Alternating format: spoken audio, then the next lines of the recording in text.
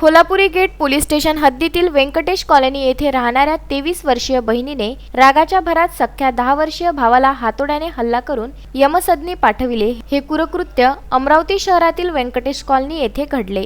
गजानन तुपटकर हे बडनेरामधील शाळेत शिपाई पदावर कार्यरत आहे।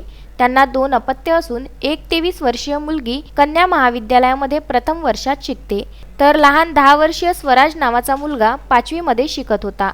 गुरुवारी आईवडील काही कामानिमित्त घराबाहेर गेले होते। मोठ्या बहिणीने काही दिवसापूर्वी घरातून पलायन केले असल्यामुळे तिच्यावर स्वराजला लक्ष देण्यास वडील गजानन यांनी सांगितले होते। दुपारी जेवण करून दोघेही खेळत असताना पुन्हा बहिणीला बाहेर पळून जायचं होतं। त्याची चुणूक लहान भाऊ स्वराजला झाल्याने त्याने बहिणीला विरोध केला। त्यात प्रतिकार म्हणून मोठ्या बहिणीने घरात असलेल्या हातोड्याने रागाच्या भरात स्वराजच्या डोक्यावर हल्ला चढवून त्याला जागीच ठार केले। रक्ताच्या थारोड्यात स्वराजने किंचाळी काढून घरातच तळपळत राहिला।